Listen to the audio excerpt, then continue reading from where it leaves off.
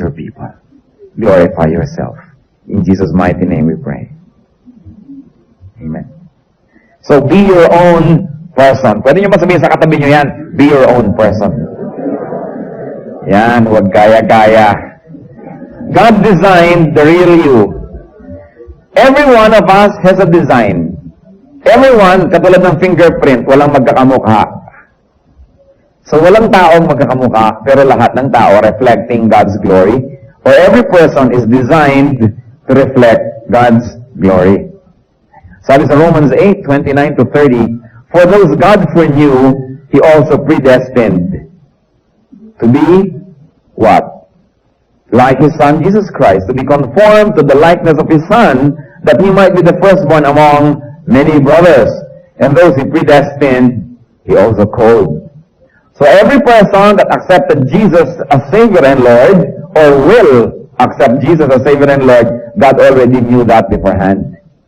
God does not cause us to accept or reject His Son, but because God is infinitely knowledgeable, He knows, even before it happens, who will accept Him. He does not cause us, it is our free will to accept or reject Jesus. But those whom God foreknew, God predestined. Yung mga alam na niya, natatanggap sa kanyang anak, ay ginawa na niya ng isang perfect na future, isang perfect design. And what is that? To be conformed to the likeness of His Son. Na ang ginawang disenyo ng Panginoon para sa atin ay maging kamukha tayo, maging kauri tayo ng kanyang anak, ang ating Panginoong Jesus. So God designed the real you.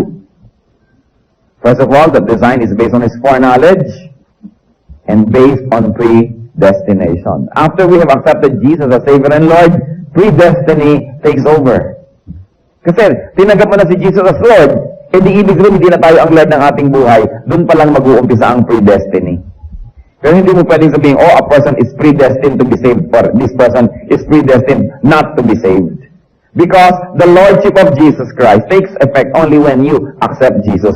That's why His Lordship and the implementation of predestiny can only begin when you already have Jesus as Savior and Lord. And what is the predestiny? To be like God. Remember that God created man in His own image. Therefore, the duty of man is to go back to that image that was lost in the Garden of Eden. That is our predestiny. That is what God has ordained for us, that we should all go back to the original perfection that was lost.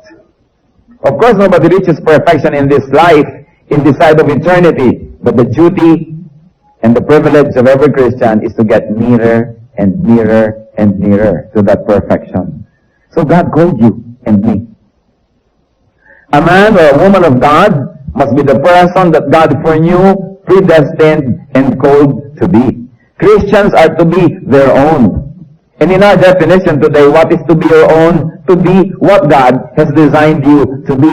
Because that is your identity. Tulad ng ibinigay sa atin na fingerprint, that is your identity. Katulad na ibinigay sa atin na mukha, bone structure, that is your identity. No one else is like you. So you are what God has meant you to be. Christians are to be their persons, not the product of the sinful, twisted, and deformed world system. How can you be your own? Be what God designed you to be. And today, in our continuing journey to becoming what God has wanted us to be all along, what we really are, we're going to discuss 6 steps to be your own person. 1, think what God wants you to think. You know, Satan and other men will always want you to think the way they want you to think. How does Satan want us to think? He wants us to be malicious. He wants us to be judgmental. He wants us to be negative. He wants us to be discouraging. He wants us to be gloomy. He wants us to be suspicious and jealous and boastful and proud. So how can you think the way God wants you to think? First of all, think positively. Be optimistic. But do not be foolish or ignorant or gullible to the point that we're too optimistic, or that we no longer recognize real danger signs, we no longer recognize really dangerous people, but we have to be optimistic. Philippians 4:8 gives us a glimpse into this optimism. Sabi niyan, whatever is true, whatever is noble, whatever is right, whatever is pure, whatever is lovely, whatever is admirable, if anything is excellent or praiseworthy, think about such things. It's so beautiful. Philippians 4:8 tells us what to think of. Think about what is true. Pag hindi totoo, huwag yung isipin. Lalo kung imagination pa lang, huwag isipin. Minsan yung mga selos are born out of very rich imagination. Iniisip mo pa lang, kumukulo lang yung dugo, nagiinit ang yung tenga, at nagngangalit ang yung panga, pero iniisip mo pa lang yan, di pa yung totoo. Kaya ang sabi ng Bible, whatever is true, you think about it. So, minsan nagsususpecha tayo sa ating kapwa, hindi pa naman natin napapatunayan, we begin to behave as if our suspicions are already true. Lumalayo na ang ating loob, nagagalit na tayo, nagtatampo na tayo, yun pala, imagination pa lang natin. So whenever there's some imaginations knocking at your door, you ask, is it true? If it's not true, don't think about it. We have to be ready for the machinations of the evil one. Hindi naman yung caught unprepared tayo sa lahat ng mga traps ng evil. You think about it too, of course, technically, but you don't dwell on those thoughts, and you don't let those thoughts influence your behavior. Whatever is true, whatever is noble. You like to behave a certain way, you like to think a certain way, you like to treat a person a certain way, and you ask yourself, is it noble? Ito ba ay katangi-tangi? Ito ba ay kapuri-puri? Ito ba ay maganda at dakila? At sabi, whatever is right. So alam na agad natin, I think every one of us knows what's right and what's wrong. I think nobody here agonizes na hindi malaman kung alin ang right at wrong. Alam na natin yun. So whenever we think of wrong things, it is by choice that we do so. There are very few things that are wrong pala na hindi natin alam from the beginning. Very few. There are some. Whatever is pure. You are thinking malicious thoughts, judgmental thoughts. Sasabihin natin, ito ba ay pure? Or am I manipulating people and events? Alam niyo po, marami mga tao magaling mag-manipulate. They have a certain script, and they make every person behave and speak according to that script through their machinations, through their charm, or whatever it is. But whatever it is, sabi niya, sa Bible, whatever is pure. Then you ask, whatever is lovely. Think of these things. Whatever is admirable. If anything is excellent or praiseworthy, think about such things. So, ang tanong natin lagi, pag meron tayo palang iniisip, is it true? Kung hindi true, hindi ko ito masyadong bibigyan ng pansin. Baka haka-haka pa lang. Bintang pa lang. Marami sa atin yung bintang, kung makakilos na tayo, parang totoo na eh. Kaya mga napagbibintangan, judge agad. Maging sa hukuman, matagal nga bago magbigay ng verdict. Minsan mga Kristiyano, mabilis magbigay ng verdict. You ask myself, is it noble? Okay, I'm thinking of doing this thing, but is it noble? Is it right? Is it pure? We have failed many times to stop and think about these things. That's why we think of wrong things. And whenever our thoughts are inclined towards a certain direction, be sure that your life will also follow that direction. Nauuna lang naman yung thought. Kaya binabantayan ang thought. Nurture pure thoughts. Sabi ng Psalm 33:5, the Lord loves righteousness. Natutuwa siya at lumiligaya siya kapag mayroong katwiran, kapag mayroong righteousness in our lives. So we think about such things. So remember, one step in becoming your real you, think what God wants you to think. Kasi bibigyan ka naman ni Satan ng mga alternative thoughts. Ungodly people will suggest ungodly thoughts. And even our own ungodliness in ourselves will try to surface and teach us. But remember, if you have to be what God has predestined you to be, think what God wants you to think. Then too, At ito, breakdown na lang yan. Yung think overall na yun eh. See what God wants you to see. Very often we say the eyes are the first to leave the Lord. And it's true. Eve saw the fruit, then later she came near, picked, and ate. Yung mata binabantayan. Binabantayan natin kung ano ang dinadapuan ng ating paningin. So, how do we see what God wants us to see? First, see the good in others. Satan likes you to see what is evil in others, what is imperfect, and what is ugly. And the Lord likes us to focus on the good in others. Certainly, there's a lot of imperfection in other people, but that's the same with us. And if you're going to focus on the imperfection, on what is not good about others, you will begin to think negatively. Then yung first natin, think how God wants you to think, and what God wants you to think of will become what? Betrayed. Will get betrayed. So, look, overlook, forgive, and pray for faults and failures of others. Sa pamilya, sa magkakaibigan, sa mag-asawa, sa magkasintahan, sa church, ano bang unang sumisira? E di ang tinitingnan mo yung negative in others. That's not what God wants you to look at. If you're going to look at something negative, look into yourself.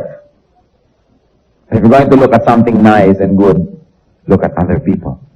1 Peter 4:8, above all, love each other deeply, because love covers a multitude of sins.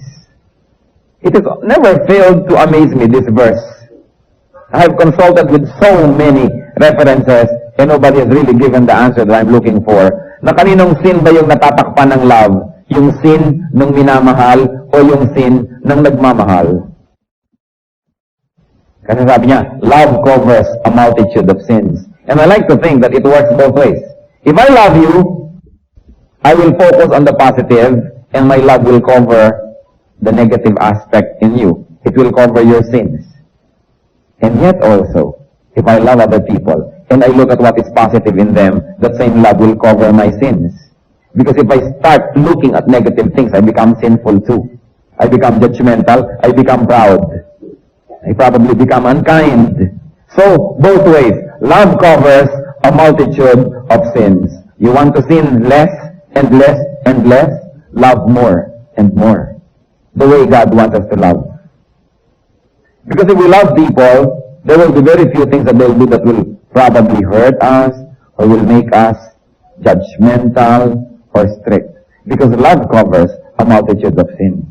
Kaya nga kung minsan mayroong nabasag na baso, depende kung sinong nakabasag para tayo magalit. Pagka loved one mo, ang tanong mo agad, nasugatan ka ba? Pero pag iba, lalo katulong, ala, makabasag ka na naman, salary deduction. Pero pagka mahal mo sa buhay, pagka anak mo, titingnan mo agad kung baka nasugatan. Most of the time, it's not what people do, but who does it that becomes important. So we should love more. See what God wants us to see. Because no matter how we try to go through life, ang bawat isang tao, meron talaga yung kapintasan At meron talaga yung katangian. Pag yung kapintasan ang lagi niyong tiningnan, kung meron kayong konting pag-ibig, mawawala pa. At pag nawala na yon, lalong lalaki ang kanyang mga mali. At lalo namang lalaki ang ating mga mata sa pagtingin sa kanyang mga mali. At lalong magiging miserable ang buhay nating lahat. So when you're looking at somebody else, you say, is this God, what God wants me to see? Okay, I'm looking at someone. Is this what God wants me to look at?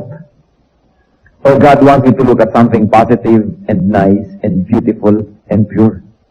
Another thing under that, seeing what God wants us to see opportunities beyond difficulties. Among mga godly people, when there's a difficulty, when there's a problem, when there is what you might call a tragedy, they look beyond it and see God and see an opportunity. There's always an opportunity in every difficulty. Lahat tayo puyat dahil sa kasalan. At masaya naman tayo napuyat dahil sa masayang bagay. But tomorrow morning, Sunday, that's an opportunity to come on time. Is it not? Kasi konting-konting pagkakataon lang yung lahat tayo puyat, huwag yung papalampasin yung opportunity na maging dakila at maging bayani. Sapagkat ang kadakilaan at kabayanihan ay nangyayari lang sa mga mahihirap na pagkakataon. Kaya pag mayroong mahirap na pagkakataon, ito talaga, nakakainis itong taong ito, then this is my opportunity to be kind. Otherwise, kung mabait naman siya, I don't have any opportunity to be kind. It only follows that I should be kind dahil kind siya. Eh kung hindi na siya kind, this is an opportunity for my life to shine dahil nag-brown out. Eh kung ang liwaliwanag na, yung imunting ilaw nyo, hindi na yung mapupuna. Pero kung habang lalong sumisidi ang dilim, lalo namang na-appreciate kahit kaprasong ilaw lamang. Kaya habang gumugulat mo, this is my opportunity to be calm.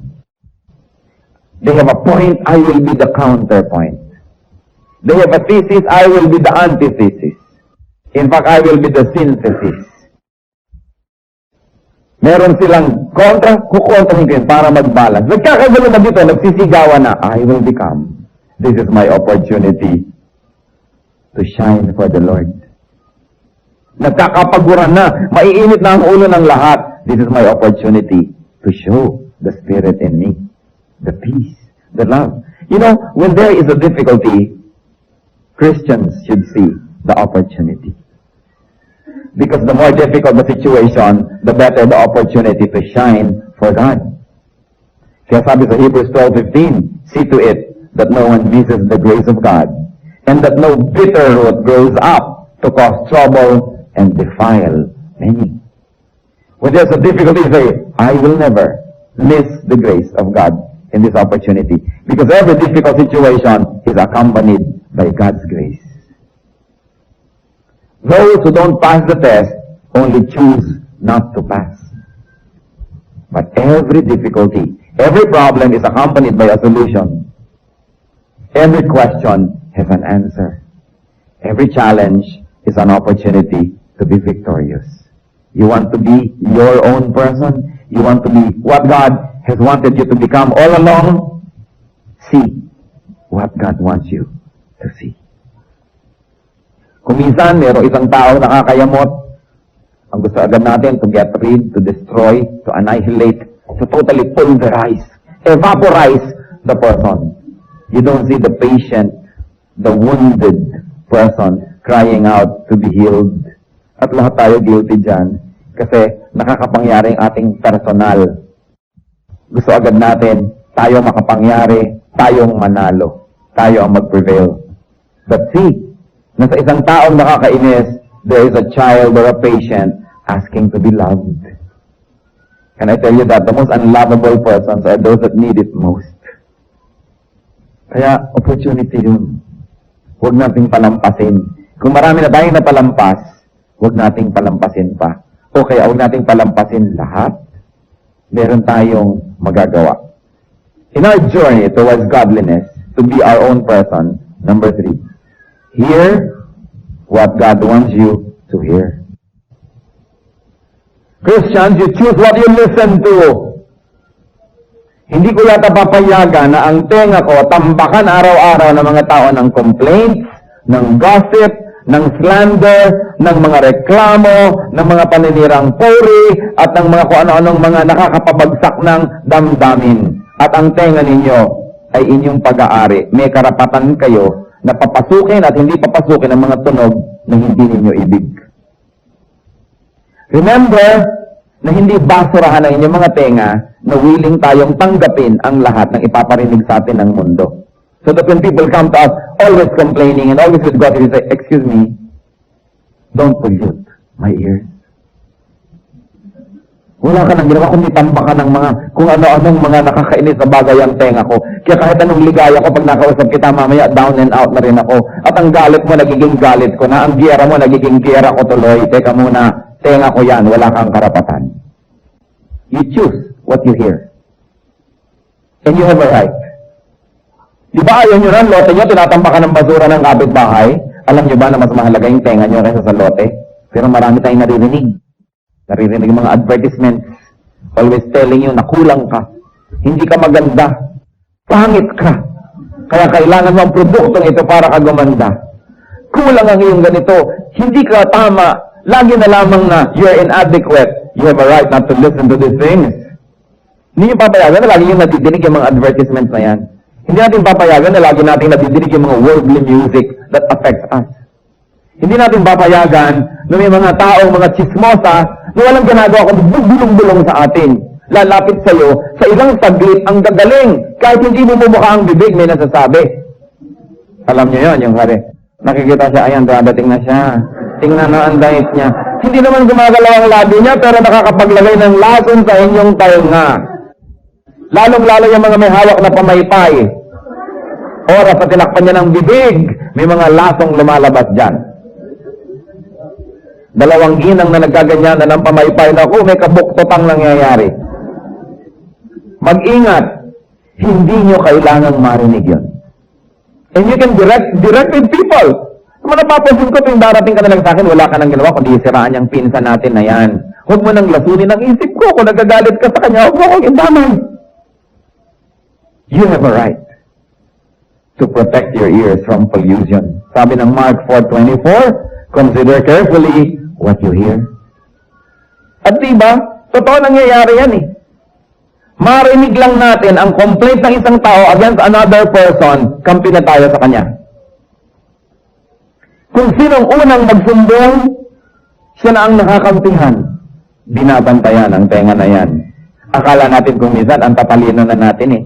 Yun pala tayo, mga tau-tauhan, na kung anong naibubulong sa atin, yun naman ang namumulaklak sa ating buhay. Kaya naman ang isang lalaki, mahal na mahal ang kanyang nanay, pero matapos marinig ang kanyang asawang bubulong-bulong ng 5 taon, ayaw nang pumunta sa nanay niya. May mga ganon. Mga padaplis, unti-unti, but over time, it will, ripen into an evil fruit. Nai-influence tayo. Isipin ninyo, kung minsan may napapalo kang anak, kung minsan may napapagalitan kang tao, dahil may nagbulong sa'yo.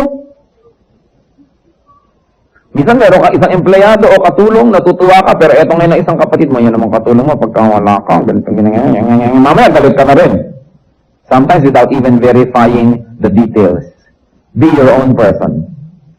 Huwag tayong maging parang pinaglalaroan ng iba na oras na nabulungan, yung behavior natin na i-influence na nila. You cannot be godly unless you are your own person. Na meron kang sariling paninindigan, na hindi lahat ng ibinubulong ng iyong asawa, ng iyong nanay, ng iyong anak, ay paniniwalaan mo agad. Kailangan tinitimbang ang lahat. Because remember that the devil spoke to Eve through the serpent. Huwag niyo naman tawaging ahas ang inyong asawa. Baka puluputan kayo niya. Diba? Pero nangyayari yun, kadalasan yung asawa, napakalaking negative influence niya. Binalasan ang inyong isipan laban sa inyong mga sariling kamag-anak o minsan laban sa inyong sariling nanay. It can happen. So, kailangan binabantayan. And then number 4, in our journey, say what God wants you to say. Yung mga unkind and harsh and critical words have no place in the Christian vocabulary. But remember this, Christian, are you listening? The enemy will tempt you to say what he wants to say through you. The enemy will tempt you to speak the way he speaks. And the enemy will tempt you to be his spokesperson. Never let it be. Never let it be. Kung minsan gusto ng demonyo na pag-awayin ng dalawang tao, so sa'yo ibubulong para ikaw ang magsalita nung siya ang gustong magsabi. But he cannot say that. Wala naman siyang vocal cords. He does not enter the physical world. So he will need your physical body. He will need your mouth and tongue to speak on behalf of him. And you don't allow that. Meron siyang mga pusong gustong sugatan sa pamamagitan ng salita, palibat at wala siyang boses, ang boses natin ang gagamitin. I-influensyahin tayo para oras na umandar ang ating mga dila, sa bawat pilantik ng dila na yan, may taong nasusugatan. Actually, you are serving the interest of the evil one. Merong taong magkasundo, gusto ni Satan pagkagalitin. Anong gagamitin niya? Ang ating labi para pagkagalitin ang dalawang taong ito. In other words, you are serving the interest of the evil one. Whenever you open your mouth, Christian, say what God wants you to say, not what Satan wants you to say. Kapag ka merong mainit na pagtatalo o kaya merong napakahirap na sitwasyon, gustong-gusto mo nang saktan ng damdamin ng mga tao at murahin sila at magsalita at manumbat. Say to yourself, wait, is this what God wants me to say? Dahil pag nasabi natin, hindi ito ang gusto ng Diyos na gusto kong sabihin, definitely you are serving the interest of the evil one. Grabe ang deception. All around, there is deception. Kaya ang sabi ng Luke 6:45, the good man brings good things of his mouth, out of the good stored up in his heart. And the evil man brings evil things out of the devil, and out of the evil stored up in his heart. At ano pong sabi? For out of the overflow of his heart, his mouth speaks. Kung anong laman ng puso, yun ang lumalabas sa bibig. Kaya binabantayan kung anong maririnig, kung anong nakikita, sapagkat yan ang entry point into the heart. At pag lagi tayo nakakakita ng evil, lagi tayo nakakarinig ng evil, ang laman ng puso evil, pagbukas ng bibig, yun ang lalabas. Natural. Para rin kung ano ang labas ng sikmura, when we throw up, that is what will come out. Ano nga namang maiba? I remember one particular time, one of my friends owned a very fancy restaurant, and there was this girl who was trying to project na siya yata ay society girl or whatever, at ang arte-arte niya, at kung ano-ano mga kasupladahan ng pinaggagawa niya, bigla siya nag-throw up. Ano ang nakita ng mga waiter na isinuka niya? Munggo. Sabi ng waiter, munggo lang pala kinain mo kanina, ang supla-suplada mo pa ngayon. O ganon, ano bang laman ng sikmura lumalabas when you throw up? Kung ano laman ng puso, yun ang lalabas. Kaya pag nakita yung tao, laging reklamo ng reklamo, laging chismis ng chismis, alam nyo na, punong-puno ng evil ang puso ng taong ito. Kailangan ipag-pray, kailangan mahalin, pero hindi dapat pakinggan. Maraming ganun. So say what God wants you to say. In a very difficult situation, you are tempted to open your mouth and say, Lord, is this what you want me to say? Hindi naman mahirap malaman eh. Hindi mahirap malaman. Hindi lang tayo dapat pabigla-bigla. Kasi yung salitang nabitawan na, hindi na kayang bawiin. Kahit 1,000 sorry ang sabihin mo, hindi na kayang bawiin ang salitang nabitawan na. Kaya dapat nag-iingat. Do not be the devil's spokesman. And do not be other people's spokesman. Marami mga tao magaling magpaikot eh. Galit sila doon, hindi nila mapagalitan, ikaw ngayon ang gagalitan. Yan ang gusto ni Satan eh, labanan ng Diyos. So ang ginagawa niya, tayo ang kanyang nililinlang para tayo ang lumaban. So we will fight his battle. Don't you be deceived, Christians. Kaya ang sabi sa Bible, oh, be as innocent as doves, but be wise as serpents. Huwag tayong mga uto-uto. At sino naman ang may access na maglagay ng basura sa ating tenga at sa ating mata? Ito yung mga taong malapit sa atin. Kaya bantayan ang mga taong malapit sa atin. People make us hear and see and then say what they want us to say. Be careful. Say good, soothing, healing, comforting, encouraging words. Sabi sa Colossians 4:6, let your conversation be always full of grace, seasoned with salt, so that you may know to answer everyone. Our speech must be seasoned with salt. In other words, yung walang lasa, walang kwenta, dapat may lasa. At hindi lang yon, yung salt stops decay. Kaya kung decay yan ang ating tampakan ng asin. Parang daing, di ba? Tumitigil ang kanyang pagka-decay, pagka inaas na ng gusto. Pag kulang sa asin, madaling masira. Kaya sabi, let your conversation always be full of grace, seasoned with salt. I praise God that I am very aware whenever people are trying to manipulate me. Although marami pa rin nagtatagumpay, pero marami pa rin hindi nakakalusot. When people try to manipulate you, especially if you are in a position of leadership, there are some people who don't have that influence or what you might call power. So they will try to influence you so you will move on their behalf. You say, teka, inuuto ako nito. Minamanipulate niya ako. At hindi kakaunti, nakita ko mga asawa na kung kigrade ninyo, 1, flat 1, ang galing magmanipulate ng asawa. Galing, lalo ang mga Pilipina. Talagang pwede mong bigyan ng mga award sapagkat kumisan na ilalayo ang asawa sa sariling ina. At talagang pag nag-manipulate Akala pa ng lalaki, siya pa ang may corona. Dahil habang minamanipulate ka, inuuto ka pa. Nga may gagawin ka, akala mo, decision mo talaga yan, pero hindi pala, bulong ng kung sino-sino. Be careful. And women, even men, if you find that you have this nature in you, get rid of it. It's not godly. We should not manipulate others. God does not even manipulate us. God even gives us free will. Do not be manipulative. Let your conversation be always full of grace, seasoned with salt. And then number 5, do what God wants you to do. At nabanggit na natin kanina yan. Do not be the action man, do not be the hatchet man of the devil. Do not do only what you want to do, and do not be the puppet or robot of another person. Maraming ganun kasi atin sa daigdig na ito, napakaraming mga tao yung kulang yung strength of character na hindi nila nabamalayan, sila yung minamanipulate na ng iba.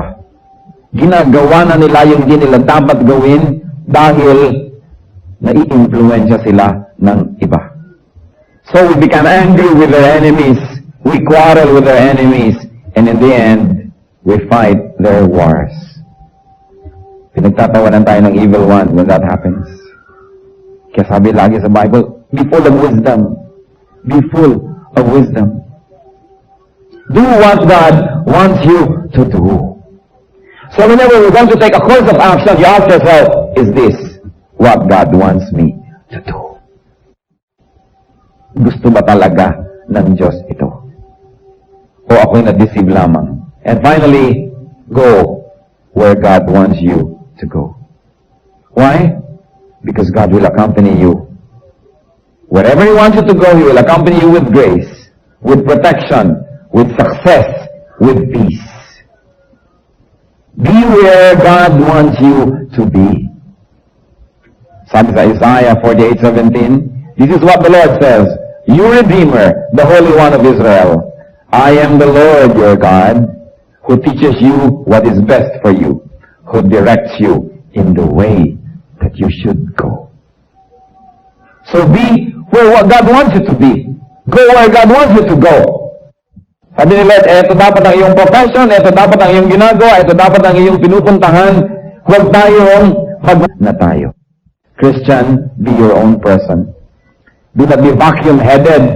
Do not be manipulated by others. Control your thoughts. I used to read it. Why should I allow a person to unburden that person's thoughts into me? Di ba pag meron tayong gustong sabihin, pag nasabi na natin, lumuluwag ang ating loob? At sino ang sumikip ang loob, yung napagsabihan, inilipat natin sa kanya. I refuse. Kung ano man ang nararamdaman mo, sarilihin mo na lang. Huwag mo lang ilipat sa akin yan. Buntot mo, hilahin mo, at bakit mo sa akin ipapahilay ang iyong damdamin? So, ganun. Hindi kayo binabasa lahat ang ipinapadala sa inyo?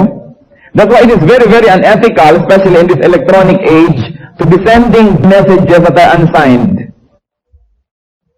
Yung mga kung ano-anong code, hindi mo kilala, it's very unethical. You have no right to enter a person's mind with your thoughts without even having the decency to sign your thoughts. Kung minsan may magbibig sa akin ako ano-ano. Magaganda naman. Kaya lang mag-isip ko, sino to? Bakit mo ako ginaganito? Anong karapatan mo na pag-isipin ako sa oras na to? And so, yan ang mga intrusion sa ating buhay. Mabuti pa nung araw walang telepono, walang fax, walang mga beeper. Kung hindi person to person makipagkita sa'yo, hindi masasabi ang layunin. Pero ngayon, it is so easy to hide in the dark and yet be able to unload your garbage into another person's mind. I tell you this, be the guardians at the doors of your eyes and ears. It is your basic right not to see what you don't want to see, and not to hear what you don't want to hear. Do not let your mind become a blank tape, na kahit ano na lamang i-tape ng iba pumapasok tuloy. Tanggalin niyo yung parang tenga, no taping allowed. Hindi ko pwedeng pakinggan ang ayaw kong pakinggan. Sino magbigay sa'yo ng karapatan na mapaluwag mo lang ang dibdib mo, ipapasok mo sa tenga ko ang laman ng iyong dibdib, lalo kung ayaw kong pakinggan yan. It is my basic human right. not to hear what I don't like to hear. And Christians, do not be the loudspeaker of others. Do not be a lip sync artist. Alam niyo yung lip sync, di ba? Lip synchronization. Yung mga kumakanta kunwari sa TV pero gaganon-ganon lang ang bibig kasi kasabay tape. Di ba? Madalas mga tao ganyan. Bumubuka-buka ang bibig pero ang nanggagaling na sound hindi naman galing sa puso nyo, galing sa iba and you're being used. Nag-lip sync kayo nun. Don't permit it. Control what you say. And Christian, do not be a robot. Control what you do. Do not become an unwilling participant in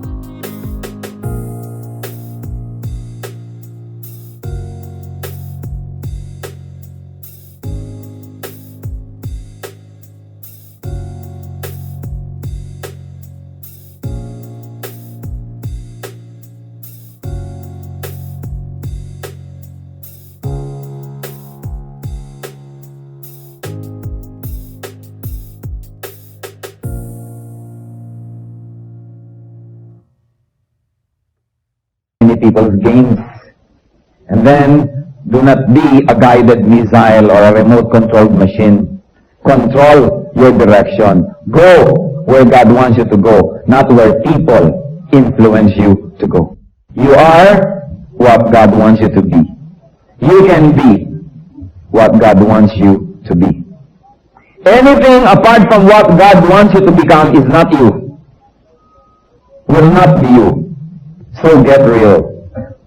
Be yourself. Be your own